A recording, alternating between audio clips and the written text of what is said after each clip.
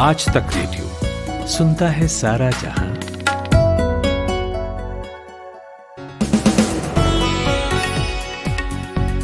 नमस्कार, आज तारीख है 14 अप्रैल और शाम का न्यूज़ एनालिसिस पॉडकास्ट दिन भर लेकर आ गया हूं मैं अमन गुप्ता।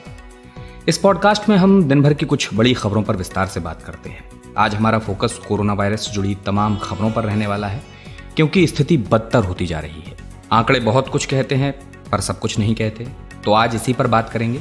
सबसे पहले उत्तर प्रदेश का हाल सुनाएंगे, जहां मुख्यमंत्री, पूर्व मुख्यमंत्री और कई अफसर कोरोना पॉजिटिव हैं। खासतौर से राजधानी लखनऊ की बात करेंगे, जहां से भावनाएं, आवाजें और नंबर्स, मरीजों की संख्या, दोनों की स्थिति बहुत भयावह नजर आ रही है। इसके बाद सुनाएंगे राजधानी दिल्ली का हाल, जो अब कोरोना का नया हॉटस्पॉट शहर बनकर उभरा है। क्यों यहां केस बढ़े और दूसरे बड़े शहरों से इसकी तुलना करने की कोशिश करेंगे।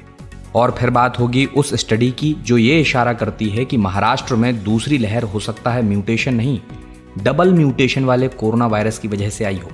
यानी ये वायरस 2 बार अपना रूप बदलकर ज्यादा इन्फेक्शियस यानी संक्रामक हो चुका है। और आखिर में लॉकडाउन नहीं है, पर यह मत समझिएगा जेब ढीली नहीं हो रही। कोरोना की दूसरी लहर हमारी जेब, हमारी अर्थव्यवस्था को क्या नुकसान पहुंचाने वाली है, ये बताएंगे। लेकिन पहले हेडलाइन सुनिए जमशेद कमर सिद्दीकी से।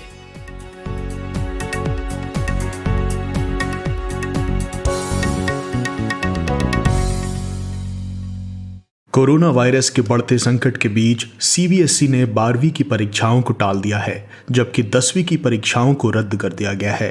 आदेश के मुताबिक 1 जून को एक बैठक होगी, जिसमें तब के हालात को देखते हुए 12वीं की परीक्षा पर फैसला लिया जाएगा। अगर परीक्षाएं हुई तो नई तारीखों से 15 दिन पहले छात्रों को सूचित कर दिया जाएगा। पश्चिम बंगाल की मुख्यमंत्री ममता बनर्जी आज कूच बिहार पहुंची। यहां उन्होंने सीतलकुची विधानसभा क्षेत्र अंतर्गत बूथ संख्या 126 पर सीआईएसएफ की गोली से मारे गए 5 युवकों के परिवार वालों से मुलाकात की। दिल्ली नगर निगम में मेयर और डिप्टी मेयर पद के लिए होने वाले चुनाव की अधिसूचना जारी कर दी गई है। 27 अप्रैल को उत्तरी दिल्ली, 28 अप्रैल को साउथ दिल्ली और 29 अप्रैल को पूर्वी दिल्ली नगर निगम के मेयर का चुनाव किया जाएगा। 29 अप्रैल को तीनों निगमों को अपने मेयर और डिप्टी मेयर मिल जाएंगे। 24 अप्रैल को तुर्की में होने वाली अफगानिस्तान और तालिबान के बीच बातचीत से पहले तालिबान ने ऐलान कर दिया है कि जब तक अमेरिकी फौज अफगानिस्तान से पूरी तरह से वापस नहीं लौट जाती, तब तक तालिबान अफगान सरकार से कोई बातचीत नहीं करेगा। पाकिस्तान से मौलाना साद रिजवी की गिरफ्तारी के बाद कई शहरों में रिजवी के समर्थकों और पुलिस के बीच हिंसक टकराव हुए, जिनमें 2 प्रदर्शनकारी और 1 पुलिसकर्मी की मौत हो गई। वरिष्ठ पुलिस अधिकारी गुलाम मोहम्मद डोगर के मुताबिक लाहौर के करीब शहादरा कस्बे में 10 पुलिसकर्मी घायल भी हुए हैं। अमेरिकी ब्रोकरेज कंपनी गोल्डमैन सैक्स ने मौजूदा फाइनेंशियल ईयर 2021-22 के लिए भारत की ग्रोथ रेट का अनुमान 10.9% से घटाकर 10.5% कर दिया है। ब्रोकरेज ने शेयर बाजारों और आमदनी के अपने अनुमानों में भी कमी की है। और आईपीएल में आज जीत के साथ आगाज करने वाली विराट कोहली की royal Challengers Bangalore Sunrisers Hyderabad के साथ मुकाबला करेगी। मैच शाम 7:30 बजे से शुरू होगा।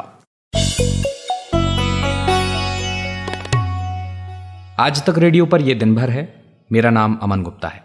मेरी 52 साल की उम्र है। हमारी लाइफ में पहली मर्तबा ऐसा हुआ कि एडवांस में कबर खोदनी पड़ रही है। जो आदमी 8-10 लोग खोदने वाले वो रातों दिन काम कर रहे हैं। पहले दिन भर में 2-3 ही मट्टी आती थी, अब यहाँ जो खोदने वाले हैं उनको भी बहुत दिक्कत है। पूरे रातों दिन खोद रहे हैं, एक दिन में 20-20, 22-22 मट्टी आ रही है। अब वहाँ ये हालत ये कि एडवांस में कबर खोद के रखी जा रही है। ये आवाज़ थी जावेद खान की। जावेद खान उत्तर प्रदेश के लखनऊ के डालीगंज कब्रिस्तान की इंतज़ामिया में वाइस प्रेसिडेंट हैं। अपनी 52 साल की उम्र में उन्होंने ये मंजर पहली बार देखा कि कब्रिस्तानों में एडवांस में कब्रें खोदी जा रही हैं। नंबर्स कई बार कहानी नहीं कहते हैं। उनकी इस बात में इन नंबर्स का इमोशनल रूपांतरण आप सुन सकते हैं। दिल्ली, महाराष्ट्र और गुजरात के साथ अब कोविड-19 का असर उत्तर प्रदेश में दिख रहा है। प्रदेश में पिछले 24 घंटे में कोरोना संक्रमण के रिकॉर्ड 18,000 से ज़्यादा नए मामले सामने आए हैं। इनमें सबसे ज़्यादा 5300 लखनऊ से हैं। स्थिति ये है कि मुख्यमंत्री योगी आदित्यनाथ, उनके ओएसडी और प्रधान सचिव पूर्व मुख्यमंत्री अखिलेश यादव और 12 आईएएस अफसर कोविड-19 से संक्रमित हैं। ये नंबर्स उन एहसासों की तर्जुमानी नहीं कर सकते जो लखनऊ के उन तमाम लोगों पर बीत रही है जो अपने गुजर चुके रिश्तेदारों को कब्रिस्तान या शमशान ले जा रहे हैं। वहां उन्हें इंतजार करने के लिए टोकन दिया जा रहा है क्योंकि कतारें लंबी हैं। पुराने लखनऊ के रकाबगंज के रहने वाले थे अख्तर अली, अब इस दुनिया में नहीं रहे। उनके ससुर को सुनिए। अल्लाह रहम करे इस चीज के लिए जो हमारे ऊपर गुजरी है। अभी हमारे दामाद अख्तर अली का इंतकाल हुआ कोरोना की वजह से, और रकाबगंज में जो कब्रिस्तान है हम लोग वहाँ ले गए थे उन्हें। तो वहाँ पे पहली बार मैंने देखा कि मतलब दफन करने के लिए टोकन सिस्टम किया गया है कि कितने ही जनाजे आए वहाँ पे और सबको टोकन दिया गया है। 1-1.5 घंटा हमें भी इंतजार करना पड़ा। फिर लखनऊ में तो बहुत ही खराब हालात हैं। तो लखनऊ समेत उत्तर प्रदेश में हालात बीते समय में किस तरह से बिगड़े हैं, ये जानने के लिए मैंने बात की लखनऊ में मौजूद आज तक रेडियो रिपोर्टर शिवेंद्र श्रीवास्तव से। देखिए, अगर उत्तर प्रदेश की बात की जाए तो और दूसरे राज्यों से उत्तर प्रदेश के हालात बहुत बदतर चल रहे हैं अगर कोरोना संक्रमण की बात की जाए। और अगर मेडिकल सुविधाओं की बात की जाए तो उसमें भी तो बहुत ज्यादा प्रगति नहीं दिखती है, बल्कि हालात खराब ही हैं, क्योंकि अस्पतालों में बेड्स नहीं है जिसमें आराम से कोरोना संक्रमित लोग इलाज करा सकते हैं। कोरोना संक्रमण अगर कोई गंभीर बीमारी से पीड़ित कोई और बुजुर्ग लोग या घर के क्रोनिक पीड़ित लोग हैं, उनको इलाज नहीं मिल रहा है। और उसका मतलब ये है कि शमशान घाट में लाशों का अंबार लगा हुआ है। लोग इंतजार कर रहे हैं घंटों। कोरोना को इलेक्ट्रिक शवदाह में ले जाया जाता है, वहाँ भी वेटिंग है, और जो सामान्य मरने वाले लोग हैं उन वहाँ भी वेटिंग। तमाम निर्देश दिए गए। अभी हालात ये है, संक्रमण इतनी तेजी से फैल रहा है कि मुख्यमंत्री योगी आदित्यनाथ खुद कोरोना संक्रमित हो गए हैं। उनके स्टाफ के तमाम लोग हो गए हैं, चाहे उनके आवास के लोग हों या उनके दफ्तर लोग हैं, सब लोग संक्रमण की तरफ बढ़ रहे हैं और बहुत ज्यादा नंबर्स बड़े आ रहे हैं। पिछले 24 घंटे में उत्तर प्रदेश में 18,382 केस रजिस्टर किए गए जो कि कोरोना संक्रमित के थे। अकेले लखनऊ में 5,000 से ऊपर के केस हैं। तो आप अंदाजा लगा सकते हैं कि कितनी भयावहता है। हर दिन 4-5 हजार लोग बढ़ जा रहे हैं लखनऊ के शहर में। उत्तर प्रदेश में 18,000 लोग बढ़ रहे हैं। तो ये संक्रमण किस ओर जा रहा है, ये सरकार को बहुत जरूरी है समझना। अगर नहीं समझेगी और इसके कोई सख्त दिशा निर्देश नहीं दिए जाएंगे तो स्थिति संभलने वाली नहीं। शिवेंद्र, अभी हमने 2 आवाजें सुनी जो बता रही थी कि वहां शमशान और कब्रिस्तानों की हालत कितनी पस्त हो चुकी है। आपने शहर के शमशानों और कब्रिस्तानों के हालात का जायजा लिया है, क्या मंजर देखा आपने वहां? देखिए, केवल अगर शमशान घाट या मुर्दा घरों की बात करें तो यहाँ उत्तर प्रदेश में हालात बेहद बदतर हैं। और केवल इन्हीं सुविधाओं की बात नहीं है, बल्कि जितनी भी मेडिकल फैसिलिटीज हैं वो सब चरमरा गई।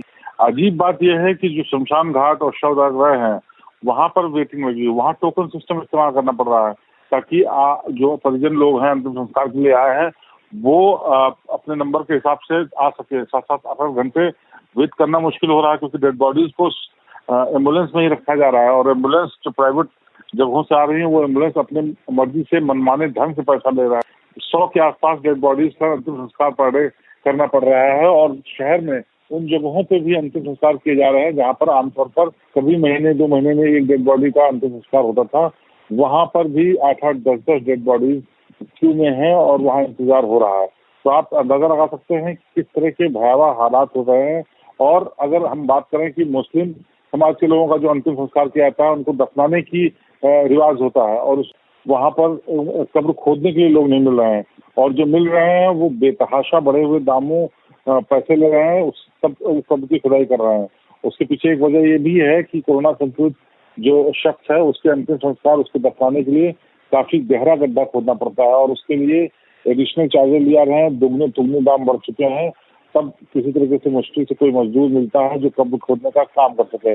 और इसी तरीके के हालात जो तमाम दूसरे अंतिम संस्कार स्थल हैं, चाहे वो गुलाला घाट हो लखनऊ का या फिर बैकुंठ धाम हो लखनऊ का या विकास नगर में बना हुआ छोटा सा एक अंतिम संस्कार स्थल हो, इन सभी जगहों पर इसी तरीके के हालात हैं। और जो लोग हैं उनको हर तरीके से परेशानी हो रही है, चाहे वो फीस जो हाली जाती है उसकी बात हो, चाहे जहाँ की लकड़ी हो उसके लिए किल्लत हो गई है, अलग दूसरे शहरों से लकड़ी लानी पड़ रही है। और साथ साथ अगर मान लिया आपको वहाँ अंतिम संस्कार स्थल से ही लकड़ी लेनी है तो उसके रेट इतने ज्यादा हैं, इतनी मुश्किल से मिल रही है कि लोगों की तकलीफों का जिंदा रहने से मरने तक कहीं भी अंत दिखाई नहीं देता। ये थे आज तक रेडियो रिपोर्टर शिवेंद्र श्रीवास्तव। हालात इतने खराब हैं कि सत्ताधारी पार्टी बीजेपी के भीतर से ही लोकल बॉडी इलेक्शंस को टालने की मांग उठने लगी है। मोहनलालगंज से बीजेपी के सांसद कौशल किशोर ने चुनाव आयोग से इन चुनावों को टालने की अपील की है। आज कोरोना के देश में करीब 1,85,000 केस आ चुके हैं। 1000 से ज़्यादा मौतें हो चुकी हैं। दूसरी लहर में वायरस और ख़तरनाक होकर आया है। कई शहरों से आई तस्वीरें दिखा रही हैं कि अस्पतालों में मरीजों के लिए जगह कम है और मॉर्चुरी में लाशों के लिए। अस्पतालों में मरीज भर्ती होने के इंतजार में ही दम तोड़ रहे हैं। प्लास्टिक बैग में बंद लाशें ये चीख रही हैं कि हालात बेकाबू हो चुके हैं। कई प्रदेशों के कई शहरों से ऐसी कहानियां सामने आ रही हैं। पर मैं आपको झारखंड की राजधानी रांची का एक केस बताता हूं। यहां पवन गुप्ता नाम के एक शख्स कोरोना पॉजिटिव हुए, अस्पताल लाया गया। इत्तेफाक से उसी वक्त झारखंड के स्वास्थ्य मंत्री बन्ना गुप्ता अस्पताल के दौरे पर आए। परिजनों का आरोप है कि सारे डॉक्टर और स्टाफ मंत्री जी की खुशामद करने में लग गए। बाहर पवन गुप्ता ने डॉक्टरों के इंतजार में दम तोड़ दिया। मौत के बाद पवन गुप्ता की बेटी से रहा नहीं गया तो वो चीख पड़ी। मंत्री जी यहाँ पे डॉक्टर चिल्लाते रह गए, डॉक्टर चिल्लाते रह गए, कोई डॉक्टर नहीं आया, कोई डॉक्टर नहीं आया, कोई डॉक्टर नहीं आया। क्या करें मंत्री का इंटरव्यू लेने के लिए बैठे हैं। कब से इंतजार कर रहा था? आधा घंटा 1 घंटा से एम्बुलेंस लेके करें बुला रहे। क्या चलिए क्या चलिए क्या चलिए क्यों चले? क्या चलिए? यहाँ का 8 का इतना खराब है। यहीं पे मरे हैं तड़प तड़प के। तड़प के मरे हो रहे। मैं पापा को वापस कर पाएंगे वोट लेने के लिए से बात है। महाराष्ट्र के हालात तो आप जानते ही हैं। वहां सबसे ज्यादा करीब 5.5 लाख एक्टिव केस हैं। आज रात से वहां लगभग लॉकडाउन ही लग जाएगा 15 दिन के लिए। और इधर दिल्ली की स्थिति भी धड़कनें बढ़ा रही है। पिछले 24 घंटे में दिल्ली में 13,500 से ज्यादा केस आए हैं। दिल्ली के मुख्यमंत्री अरविंद केजरीवाल ने कहा है कि इस वेव में युवा और बच्चे सबसे ज्यादा प्रभावित हो रहे हैं। इस बार जो वेव है बहुत, हम सब जानते हैं, बहुत खतरनाक वेव है। इसमें यूथ काफ़ी ज़्यादा अफेक्ट हो रहा है इस वाली वेव में, और इस वाली वेव में बच्चे भी अफेक्ट हो रहे हैं। लेकिन जब घर से निकले, एक तो तभी निकलें जब ज़रूरी हो, और दूसरा घर से जब निकलें तो सारे कोविड प्रोटोकॉल्स को फॉलो करें। दिल्ली की जो स्थिति है उसकी अगर तुलना दूसरे शहरों से करें, एक दिन के आंकड़ों के हिसाब से और पिछले महीने के मुकाबले, तो क्या मालूम होता है? ये केसेस कब बढ़े, क्यों बढ़े? मैंने पूछा इंडिया टुडे की डेटा इंटेलिजेंस यूनिट के हमारे साथी दीपू राय से। आप देखिए, जैसे सबसे बेस्ट कंपैरिजन का जो तरीका है दिल्ली को कंपेयर करने का इस समय, तो पॉलिटिकल कैपिटल, एडमिनिस्ट्रेटिव कैपिटल को आप फाइनेंशियल कैपिटल यानी मुंबई, जो कि एपिसेंटर रहा है इंडिया में कोरोना का, उस स्टेट का, महाराष्ट्र का वो एक सेंटर है। हालांकि अब जो बड़ा शहर है वो पुणे है, लेकिन मुंबई अभी भी आबादी के अकॉर्डिंगली उसको कंपेयर करना ज्यादा एक तरह से सिमिलर है। तो उससे अगर आप कंपेयर करेंगे मुंबई को दिल्ली से, सपोज आज मैंने जिस तरह से न्यू केसेस आए हैं, ऑलमोस्ट डबल, आप अंदाजा नहीं लगा सकते, 13,468 के आसपास आज नए केसेस रिपोर्ट किए गए हैं जब, तो उसके कंपैरिजन में मुंबई में 7,873 केसेस हैं। तकरीबन आप कह सकते हैं मुंबई में आधा। तो ये एक तो कंपेयर मुंबई के अकॉर्डिंग हो गया। तो ये चीजें दिखाती हैं कि दिल्ली में सीवियर सिचुएशन होती जा रही है। सारे मेट्रोज को पार कर चुका है, जितने भी मेट्रो सिटीज हैं, चेन्नई, कोलकाता, नए केसेस के मामले में। और ओवरऑल केसेस भी अगर आप देखें तो 50 करीब देखते हैं। अगर आप दिल्ली को तो या मुंबई को कंपैरिजन करें तो 5,35,000 के आसपास जो है वो मुंबई के केसेस हैं, और 7,50,000 करीब दिल्ली के हैं। तो नो डाउट दिल्ली के पॉपुलेशन वाइज आप देखें तो ज्यादा पॉपुलेशन भी है, लेकिन जो रफ्तार है वो दिल्ली में कहीं ज्यादा है मुंबई के मुकाबले। अच्छा दीपू, किस वजह से दिल्ली में केस अचानक बढ़ गए हैं? देखिए, सबसे बड़ी वजह तो ये रही है कि दिल्ली में ये लगने लगा था, और वाकई लगने के पीछे भी एक रीजन यही था जो मैं बताऊं।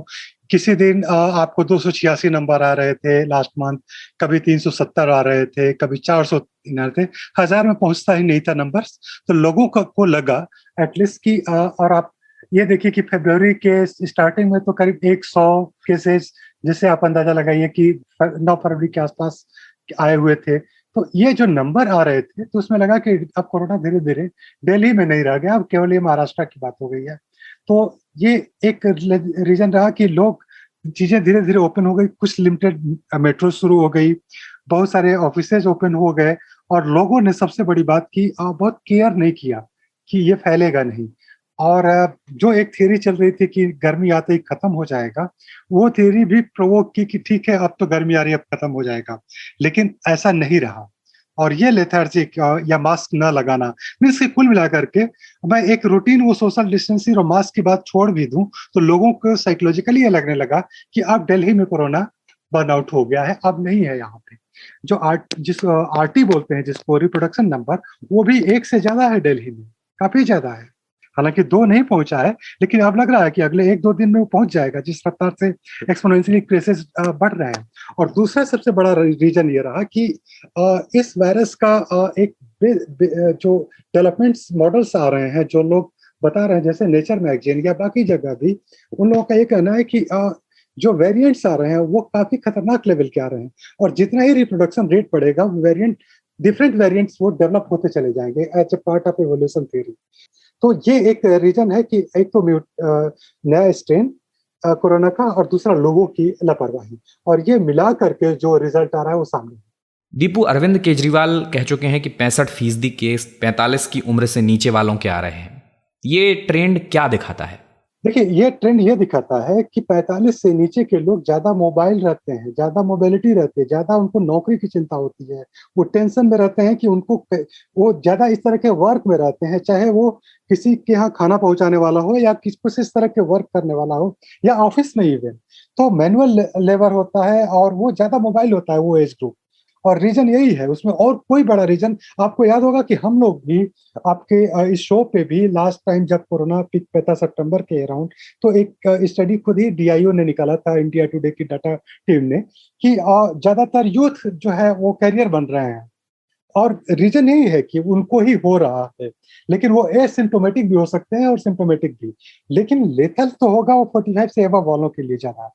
लेकिन इस बार का जो वेरिएंट है वो शायद ये एज बाउंड्री तोड़ दे, और सबके लिए एक समान तो नहीं, लेकिन ज्यादा लेथल होगा। और ये 45 एज का जो ग्रुप है कि उससे नीचे हो रहे हैं, वो रीजन इसका यही है कि वो लोग ज्यादा मोबाइल होते हैं। दीपू, दिल्ली में महाराष्ट्र जैसी हालत होती दिख रही है, तो आगे क्या तैयारी है सरकार की?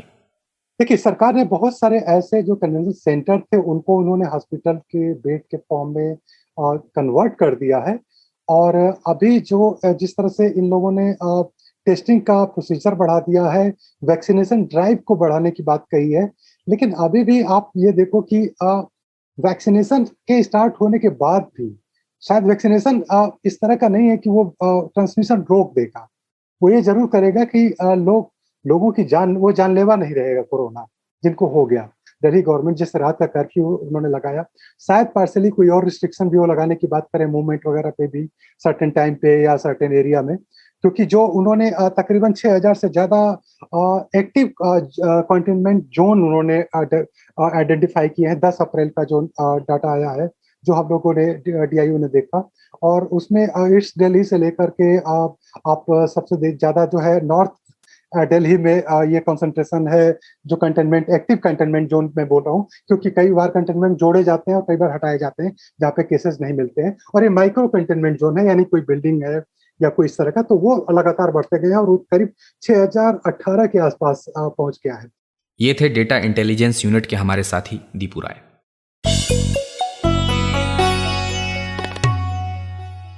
आज तारीख कितनी है? 14 अप्रैल। ठीक बात।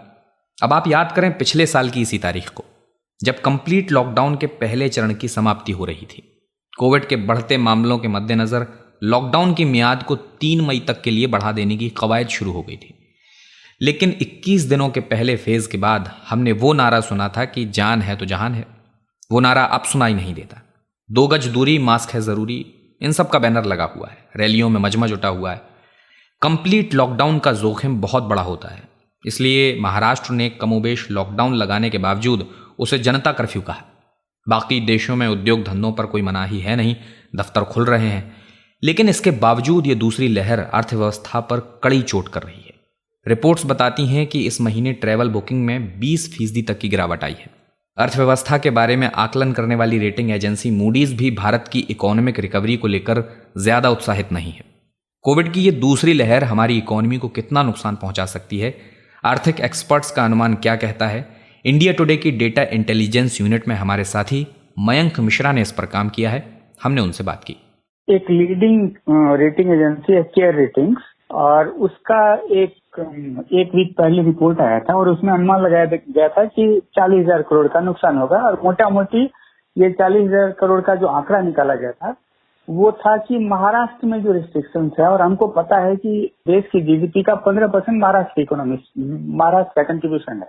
15% हिस्से में अगर बहुत सारे रिस्ट्रिक्शन से इकोनॉमिक एक्टिविटी बाधित हो रही है तो उसका ऑब्वियसली नुकसान होगा। तो केयर रेटिंग ने उसका अनुमान लगाया था कि वो जो नुकसान होगा करीब 40,000 करोड़ का होगा। लेकिन उसमें एग्जम्पशन था क्या कि महाराष्ट्र में पूरा लॉकडाउन नहीं होगा और देश के बाकी हिस्से में कोई रिस्ट्रिक्शंस नहीं होगा।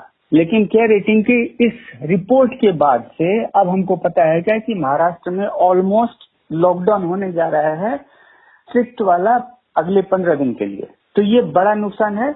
और दूसरा, हमको देश के बड़े बड़े शहरों से, ऑलमोस्ट सारे शहरों, वो दिल्ली हो, गाजियाबाद हो, नोएडा हो, बेंगलोर हो, इन सब जगह पे कोई न कोई रिस्ट्रिक्शंस आ गया है। नाइट कर्फ्यू बहुत जगह आ गया है और बहुत सारे रिस्ट्रिक्शंस और भी लग गए हैं।